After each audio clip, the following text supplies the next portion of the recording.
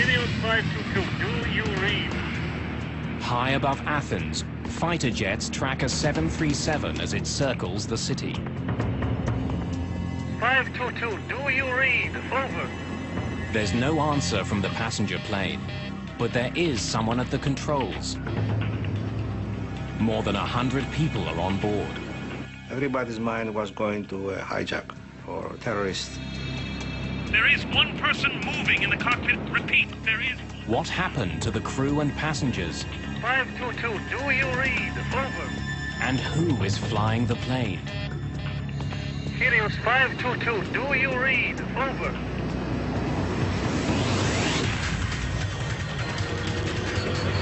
Mayday, mayday.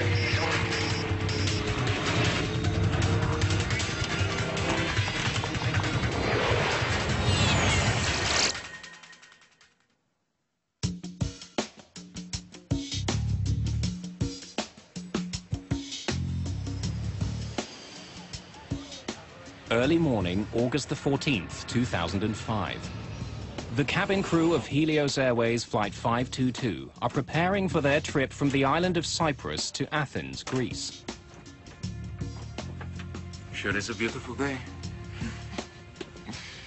Maybe I shouldn't have come in. Andreas Prodromou is 25. He isn't supposed to be working today, but he's taken the flight to spend some time with his girlfriend, who also works for Helios. Yeah, it's the sort of day I'd like to be out flying. You will, Andreas. Prodromou is a flight attendant now, but he has bigger plans. One day, he wants to fly for Helios.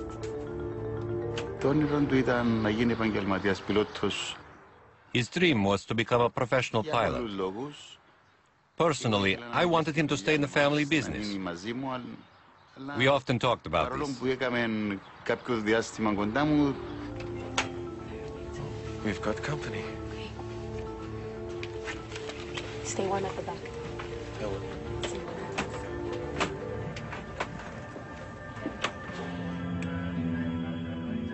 In the cockpit, the flight crew is occupied with the daily routine of preparing their jet for takeoff.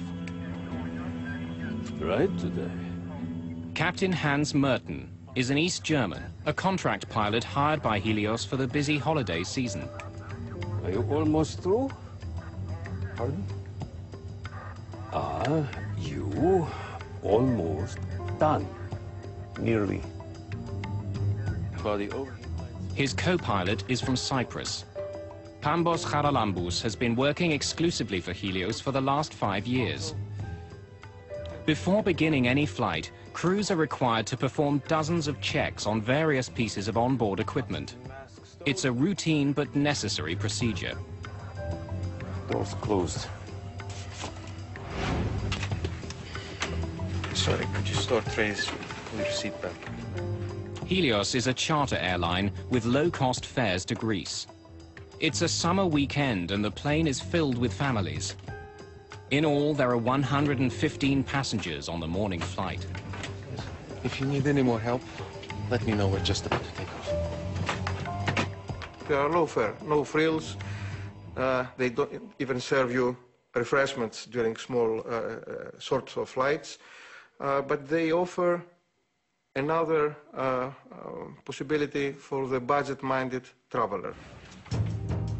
Paros Dimitriou and Maria Rikou are traveling to the Greek island of Patros. They've just got engaged. They booked this holiday a month or more than a month ago. It was like a honeymoon for them. Flight attendants, please take your seats. Prepare to take off.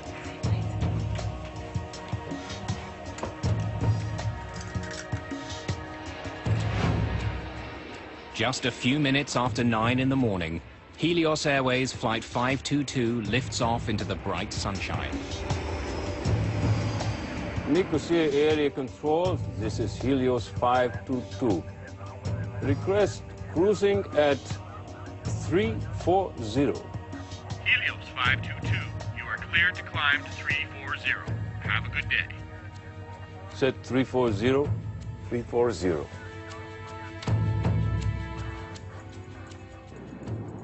Minutes into the flight, The plane is still climbing towards its cruising altitude. Suddenly, an alarm blares in the cockpit. What is it? The takeoff config warning? The flight crew is confused.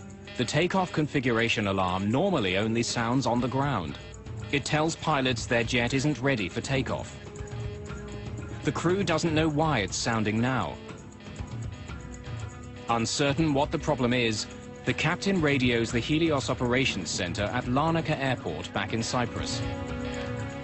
Operations, this is Flight 522, over. Flight 522, what can I do for you? We have a takeoff config warning on.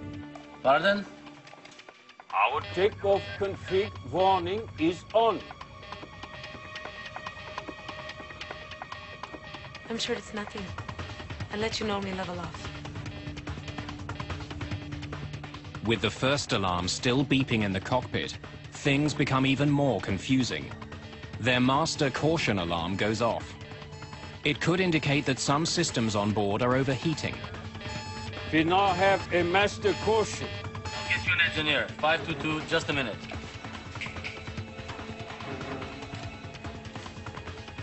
I find him very hard to understand. His accent is quite thick.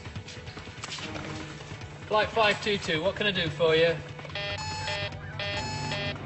The ventilation cooling fan lights are off. Sorry, can you repeat? While the pilots and ground engineers try to troubleshoot the two alarms, most passengers have no idea there's a problem until... Everyone, stay calm. Please remain seated. Everyone, please put the oxygen masks on completely over your mouth and nose. The protocol was immediately to secure yourself, grab an oxygen mask, stay in your seat. If you can help passengers without getting up, you could help them, and you should help them, but you would not risk the safety of any cabin crew member to go and help a passenger which is 5 or 6 rows further up.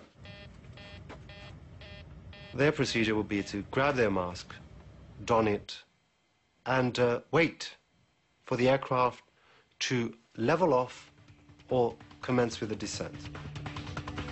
No one in the cabin knows what the problem is. They're waiting for information from the cockpit. The pilots are unaware that the oxygen masks in the cabin have dropped, and they still don't know why their takeoff configuration warning is on, or why their systems are overheating. Both of my equipment cooling lights are off. This is normal. Can you please confirm your problem? But the engineer on the ground is struggling to get a clear picture of what's happening in the air. They are not switched off. Can you confirm that the pressurization panel is set to auto? Where are my equipment cooling circuit breakers? Behind the captain's seat. Can you see them? What's going on? There's something wrong with the electrics on 522. I had something to pick up from operations, so I was there. I figured, oh, not again, one of our problems. So I left. Oh, good luck. The problem doesn't seem serious, but as the plane continues to climb, passengers still haven't received any information from the cockpit. Helios 522, can you see the circuit breakers? And now the engineer on the ground loses contact with the aircraft. Helios 522, can you hear me? It's less than 30 minutes after takeoff, and Flight 522 is still on course. The plane is high above the Mediterranean Sea and headed straight towards Athens.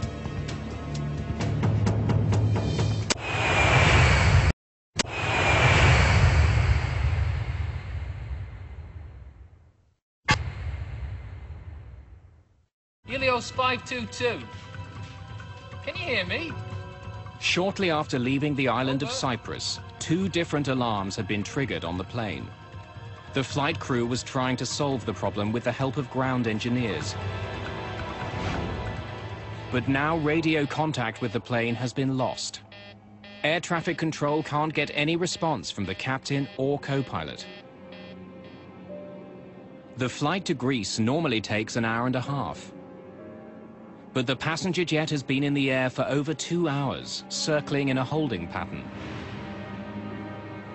We heard that there was an airplane which was flying into the Greek territory and had no communication. Everybody's mind was going to a hijack or to terrorists. More than 3 million people live in Athens. A plane slamming into the city could cause an incredible loss of life. This is a runaway aircraft. It's a possible hijacking or it's a possible terrorist act, so let's involve the military. The Greek Air Force scrambles 2 of its most sophisticated fighter jets to investigate the Helios plane. Helios 522, do you read? Over. But the pilots aren't getting any response. One of the jets flies closer to the cockpit. Someone is in the co-pilot's seat, slumped over the controls. But there's no sign of the captain at all. The fighter pilot radios air traffic control in Athens. Athens ACC, there is one figure in the cockpit of Helios 522. He appears non-responsive. Athens ACC, checking the cabin. He can see passengers in their seats, but none of them reacts to the presence of the jet.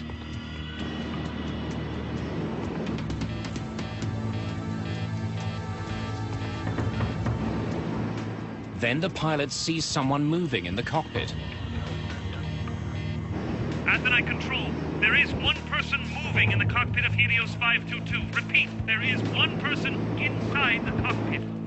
Helios 522, do you read? Over. Helios 522, over.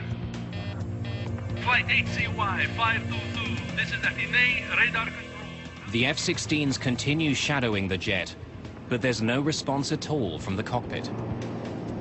One of them was actually in a shooting position behind the 737. The other one was nearby the cockpit and he was trying to communicate visually with the person in the cockpit.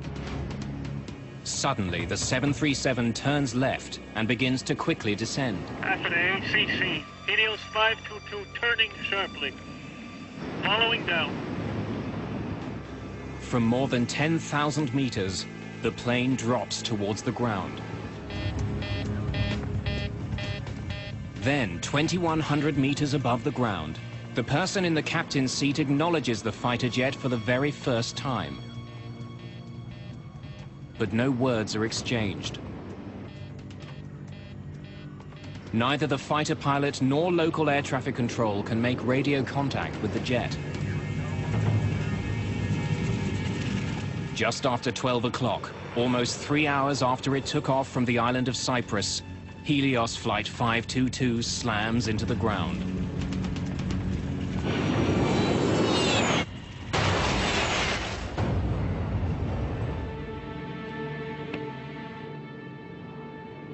Athens ACC, Helios 522 is down. Repeat, Helios 522 is down on Grammatiko Hill.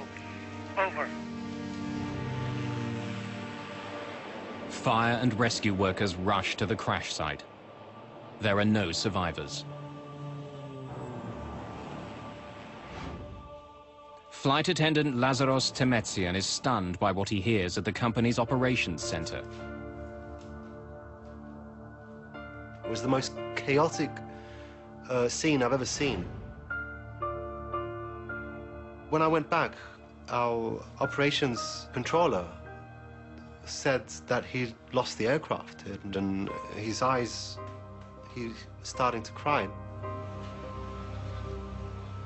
Helios is a small company with just 3 jets. Members of the cabin crew have been working together for years. For Paul Simeonides, news of the crash is particularly terrifying. He's a flight attendant for the airline, and so is his fiancée.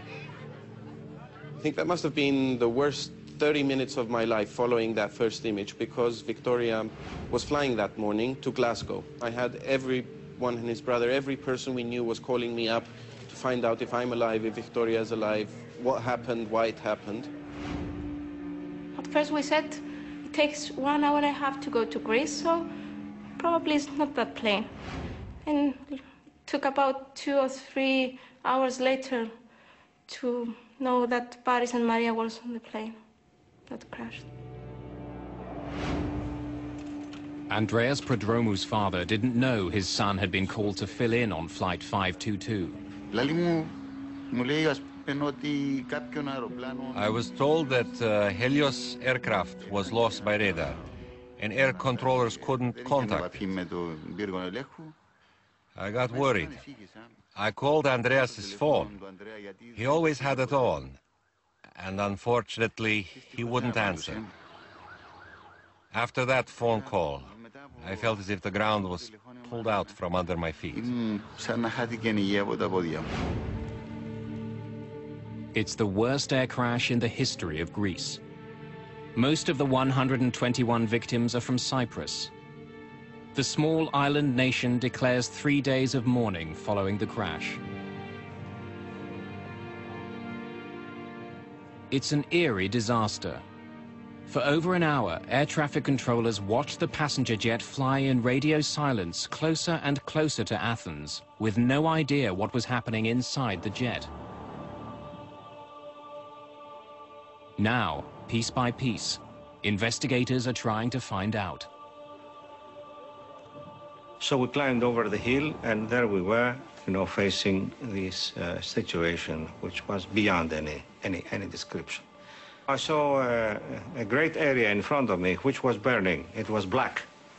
Burning, people spread, pieces of the airplane. It is a truly nightmarish sight. I hope that I never experience it again. It was terrible, just terrible. Investigators immediately start looking for the cause of the crash. In the early days, their efforts take a frustrating turn. They recover the box containing the cockpit voice recorder, but the recorder itself has been thrown clear. It was difficult for us because we first found the case of the CVR very badly damaged, and we could not find the machine itself.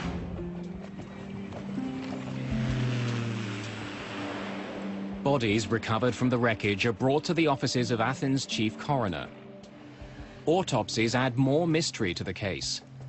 Everyone on board the plane was alive at the time of the crash. There were scenarios at the time that they had all died in midair. But the truth, they did not die from inhaling a toxic substance in the airplane or from an explosion. These people died on impact. Οι άνθρωποι σκοτώθηκαν. But if the passengers were alive the entire flight, why didn't the pilot of the fighter jet see any activity inside the cabin? And who was at the controls as the jet circled over Athens?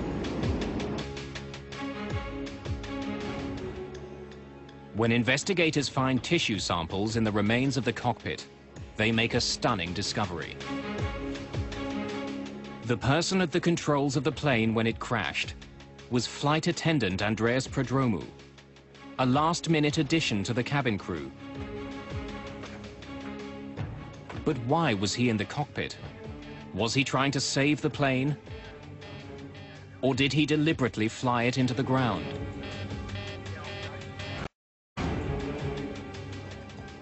Several days after finding the outer case of the cockpit voice recorder, investigators find the recording itself. When Chief Investigator Tsolakis listens to the final moments of the flight, it answers a vital question. Mayday. Mayday. This was no terrorist act.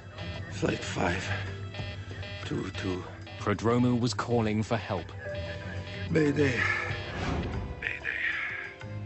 Soulakis hears 5 separate maydays on the tape, even though none of them were heard by the air traffic controllers. From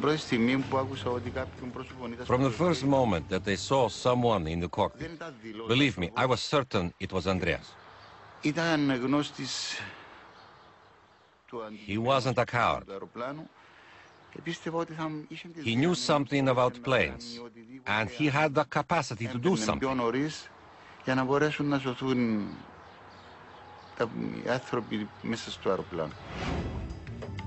In fact, Prodromou had his commercial pilot's license. It was the first step towards his goal of becoming a captain for Helios. It's the sort of day I'd like to be out flying. Oh, you will, Andreas. But all of his training wouldn't have helped save the jet. When he was seen at the controls, Flight 522 had been in the air for almost 3 hours. And the reason the Helios plane seemed to veer away from the F-16s following it was because its left engine was out of fuel. No matter what caused the alarms to sound, the ultimate reason for the crash was simple. The DFTR and CVR gave us absolute proof that the plane ran out of fuel. And this was the cause of the crash.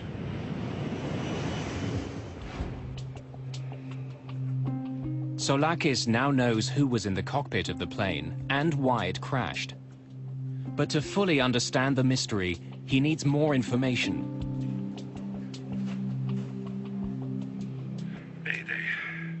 His investigators uncover a suspicious history of maintenance issues with the Helios jet, issues that could help explain what happened on Flight 522. Less than a year before the crash, the same aircraft had suffered a rapid decompression.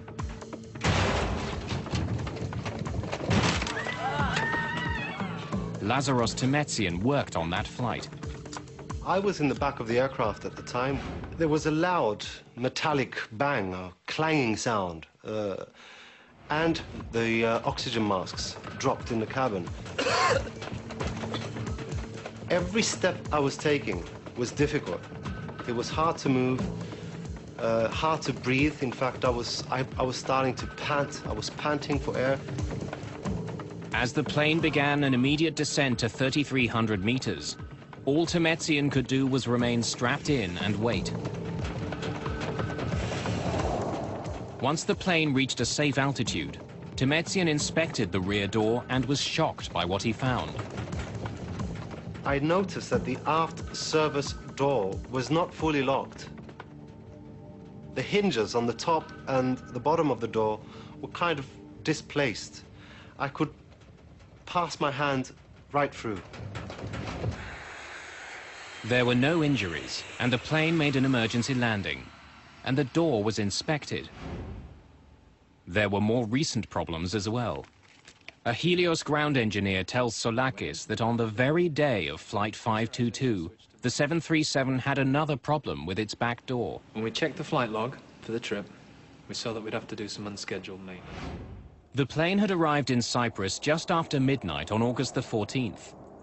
The cabin crew had heard loud banging noises and saw ice on the rear service door during the flight. It was scheduled to take off again just hours later. Soon after it landed, engineers began checking the problem.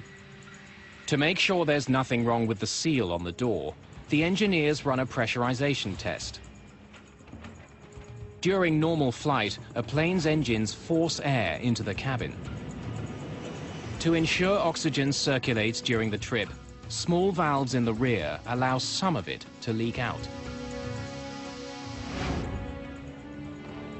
A pressurized airplane essentially is sort of like a pressurized can. Well, we pressurize the airplane so that the people inside can survive the environment that the airplane likes to operate in. Switching digital pressure control unit from auto to manual. Without the jet's engines running, the engineer uses the plane's auxiliary power unit to force air into the aircraft, and the cabin is pressurized for several minutes. It's like looking for a leak in a tire. In this case, what you're having to do is pressurize the aircraft use a barometer, essentially, to monitor the pressure inside and look for leaks that way. But there's no indication any air is escaping through the back door. In this case, they felt that it was all right, and they completed the test. The entire jet seems to be in good working order. After performing a series of additional routine maintenance procedures, the engineers signed off on their technical log. Investigators are faced with a dead end. An explosive decompression could have explained the tragic events of Flight 522. If the oxygen had been suddenly sucked out of the jet, everyone on board could have been overcome. But not only did engineers check the problem, when the F-16s approached the plane near Athens, no damage was seen. There was no indication that the fuselage was punctured. Investigators are still struggling to solve the mystery. What had overcome the passengers and crew of Helios Flight 522? And why was one flight attendant apparently unaffected? The discovery of one small switch holds the key to the entire crash.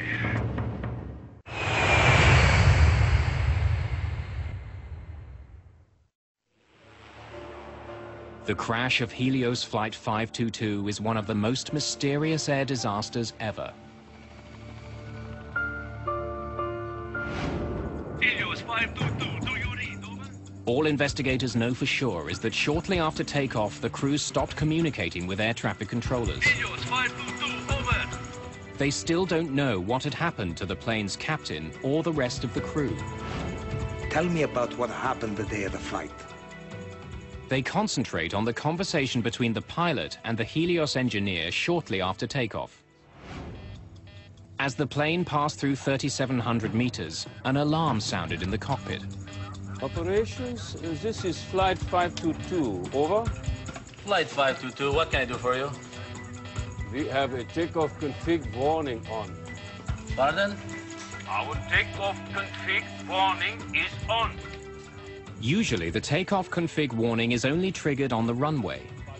But wreckage recovered at the crash site reveals no problems with the plane's flaps, landing gear, or anything else that could trigger the alarm. So why had it sounded? Chief Investigator Akrivos Tsolakis focuses on a small control panel found in the wreckage of the ravaged jet. Are you sure this is the way it was found? It hasn't been moved at all. We were lucky. Finding this panel, which had the switch on the manual position, was a major one. The P5 pressurization panel ensures that passengers have enough air to breathe, even at high altitudes. Normally, pressurization takes place automatically. As the jet climbs, its engines force air into the plane as they power it through the sky. But when the pressurization switch is set to manual, both the captain and co-pilot are responsible for maintaining the cabin atmosphere using a controller. So explain again how you tested the pressure. When I went into the cockpit, I turned the pressurization switch to manual. Tsolakis learns that during the early morning maintenance check on Helios 522, ground engineers had turned the P5 switch to manual. That allowed them to use the onboard generators to test the pressure seals on the plane's rear door without starting the engines. When the test was over, they didn't turn the switch back to automatic. The procedure of pressurizing the aircraft has to do with setting the pressurization system from auto to manual. They were supposed to return the selector to the auto position.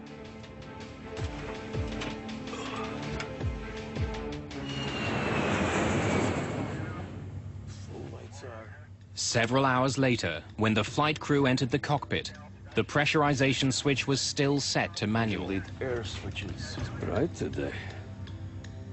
Are you almost through? Pardon? But neither the pilot nor co-pilot saw it. As a result, after takeoff, the cabin would not pressurize automatically. And the higher Flight 522 climbed, the thinner the atmosphere became. Not turning the switch back to automatic was a deadly, hidden danger. Are you sure this is the way it was found? It hasn't been moved at all. Soulakis believes this panel could be the key to the disaster. Leaving one switch on manual could have led to all the other problems the plane faced. To prove he's right, he takes an unusual step. 4 months after the disaster, he takes an Olympic Airlines 737 on the same route flown by the Helios jet. If he's right about what caused the crash, this plane should react exactly like the doomed airliner did. Make sure the P5 is set to manual.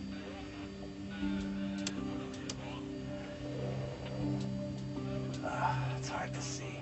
In the cockpit, Soulakis has the crew turn the pressurization switch to manual. A green light indicates it's no longer on automatic. But in the bright glare of an early morning departure, the light is hard to see. As the reenactment flight climbs, oxygen is thinning quickly in the aircraft. The same thing happened on the Helios flight, triggering an alarm. What is it? The takeoff config warning? The alarm sounded, and that alarm was misinterpreted. Most of flight crew, they will never face an alarm with no pressurization in all their flight career because it's a rare event. Soulakis confirms that the alarm went off because of the dangerously low air pressure in the aircraft. But he also discovers that the sound itself is identical to the takeoff config warning. We have a takeoff config warning on. But even if the flight crew did misinterpret the first alarm, they still had another chance to determine what the real problem was. At almost 5,000 meters, the plane's master caution light flashed on and stayed on for almost a minute. We now have a master caution. But once again, the pilots misinterpreted the cause of the alarm. The master caution light can indicate that the plane's systems are overheating. But it can also tell pilots the oxygen masks are down. In this case, it was doing both at the same time. But since the crew didn't think they were having pressurization problems, they focused on the plane's cooling systems. The alarm about the non-cooling was a side effect of non-pressurization. Actually, it was not really that there was a high temperature inside the avionics bay, but it was the sensors that they were supposed to measure the temperature and the pressure in that area sensed that something was wrong. On the recreation flight, investigators monitor instruments recording the same events occurring on board their aircraft. At the same time, they also begin to feel the effects of the lack of oxygen. The first feelings you'd start to have were your ears would pop and you'd start feeling pressure in your sinuses. As you climb higher, you begin to feel almost giddy. It's almost like having a couple of drinks of alcohol. The dwindling oxygen levels could also help explain some of the crew's bizarre behavior. When the ground engineer asked about pressurization, can you confirm that the pressurization panel is set to auto? Captain Merton ignores the question and responds with one of his own. Where are my equipment cooling circuit breakers? You really don't notice it at first. It's amazing how subtle it can be in the early phases.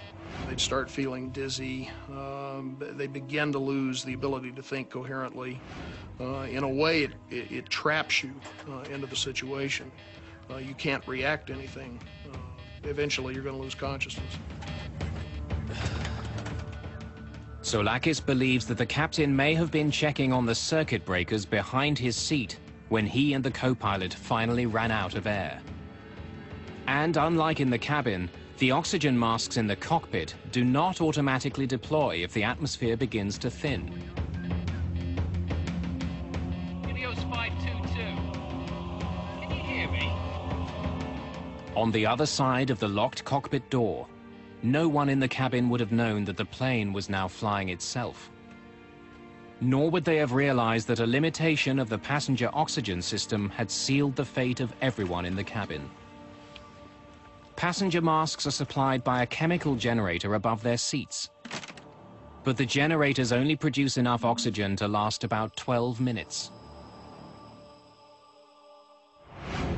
Well, the problem with the passenger masks is, for one thing, they're not designed to keep you oxygenated at a high altitude. What they're designed to do is give you enough oxygen so that you can survive until the pilots get the airplane down to a low altitude. And in almost every event where we've had a decompression, that's been perfectly adequate. For those who did put their masks on, they would have remained conscious for several minutes until their oxygen ran out. Then they too would have passed out. Once you get up to 34,000 feet, you're talking useful consciousness of 30 to 60 seconds. Most of the people, once the hypoxia begins to cause them to lose consciousness, they're just going to go to sleep. Without a flight crew, Helios 522 would have continued to Athens on autopilot. When the crew didn't take control, the autopilot would have put the jet in a holding pattern as it flew over the airport.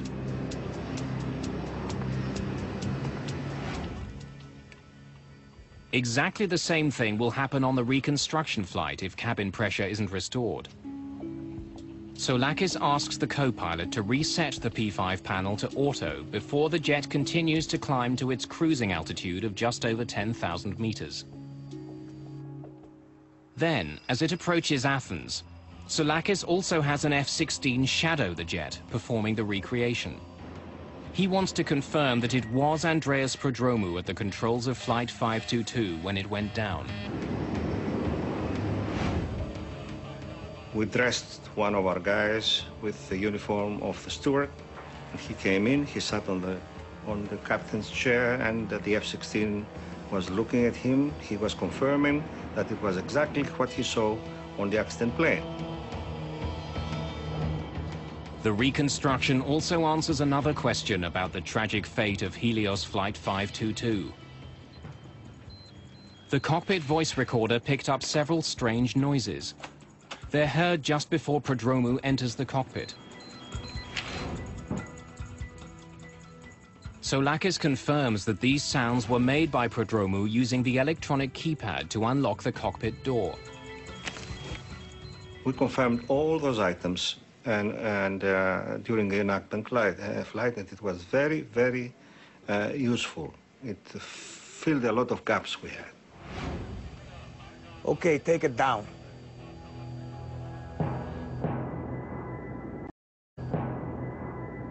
For Chief Investigator Soulakis, the reenactment flight has been convincing. There was no dramatic cabin failure. Instead, a series of small mistakes and misunderstandings had led to the worst air disaster in Greek history.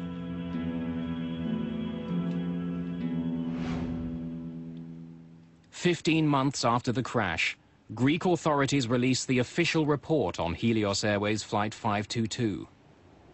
But mysteries remain. What was happening in the cabin while the doomed airplane flew towards Athens? And why was Andreas Prodromou the only one conscious at the very end?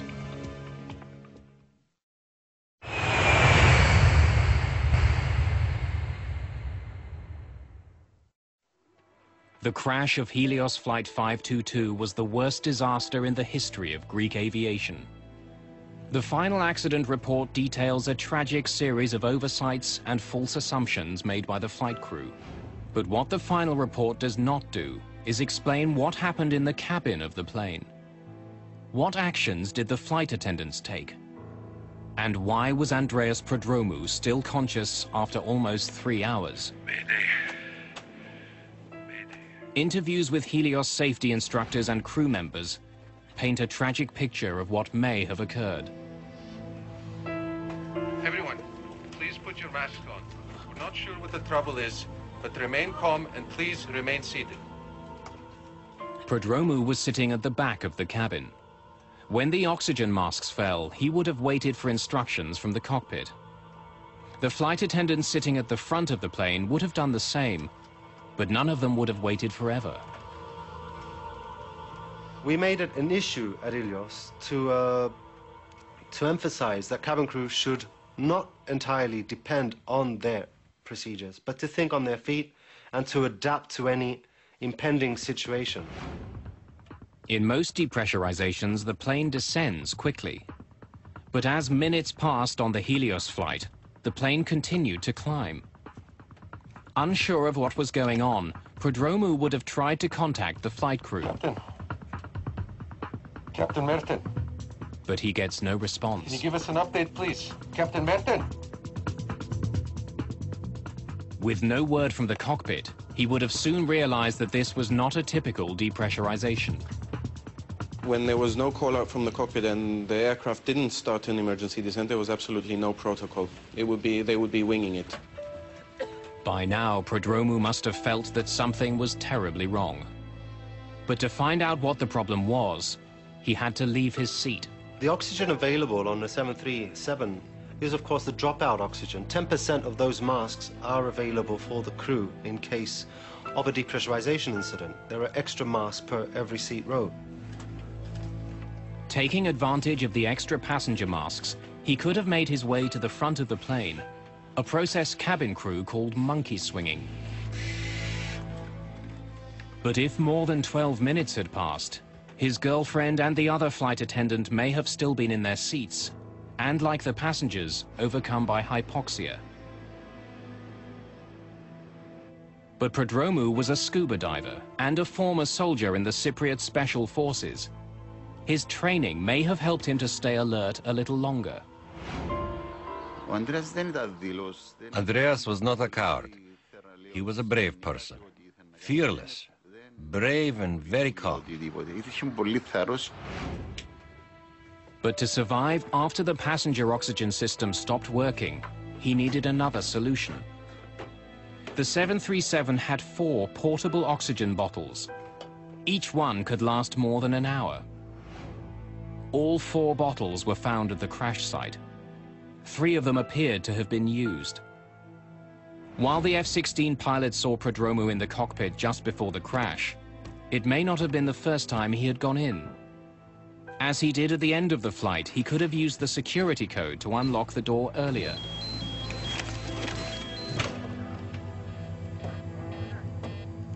The procedure would be to enter the flight deck via the cockpit door. Initially to bang on the door, and then, if no response is forthcoming, to enter the code and enter the flight deck. During the accident investigation, DNA was discovered on an oxygen mask in the cockpit that matched the co-pilot's. It's possible Prodromou used it to try and revive him.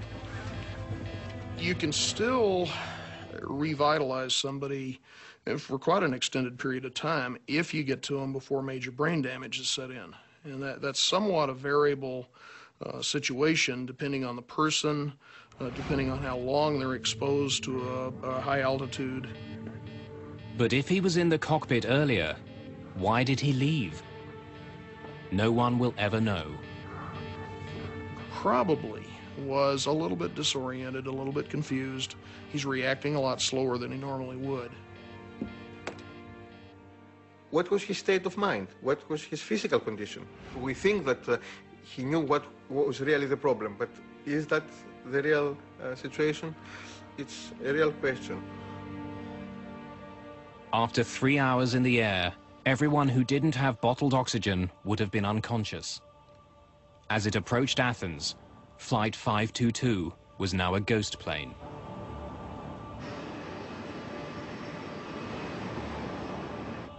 Most of the victims, they probably still had heartbeats when the airplane crashed, but almost certainly were in an irreversible coma.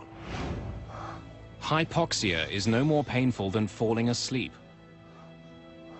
But for Andreas Prodromou, the flight must have been a nightmare.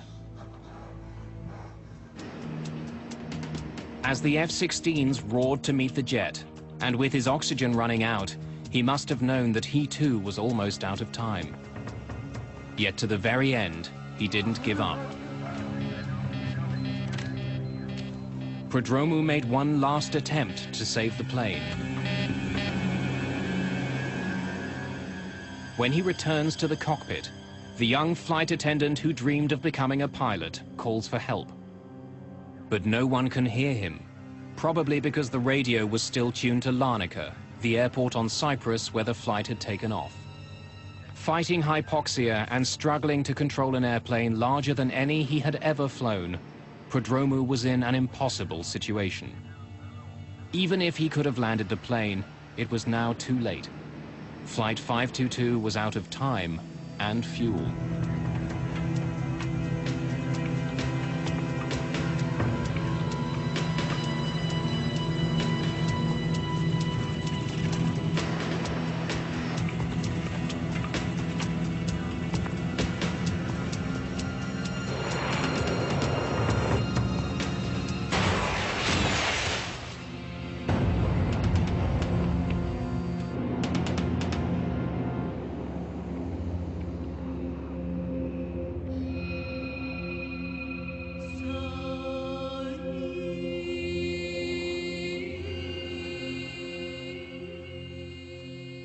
There are pictures of Andreas in Cyprus, in the cemetery where he and his girlfriend Charis are buried side by side. As his father, my son is in front of me. Wherever I go, he's always there.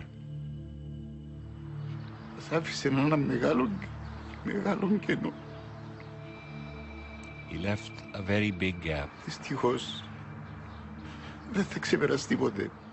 We will never get over it. There are pictures in Greece, too. On the hill north of Athens, where Helios Flight 522 crashed, there are faded photographs of many of those who died. Bleached by the brilliant Mediterranean sun, they gaze over the rugged, ancient terrain, silent witnesses to one of the world's most bizarre and tragic airline disasters.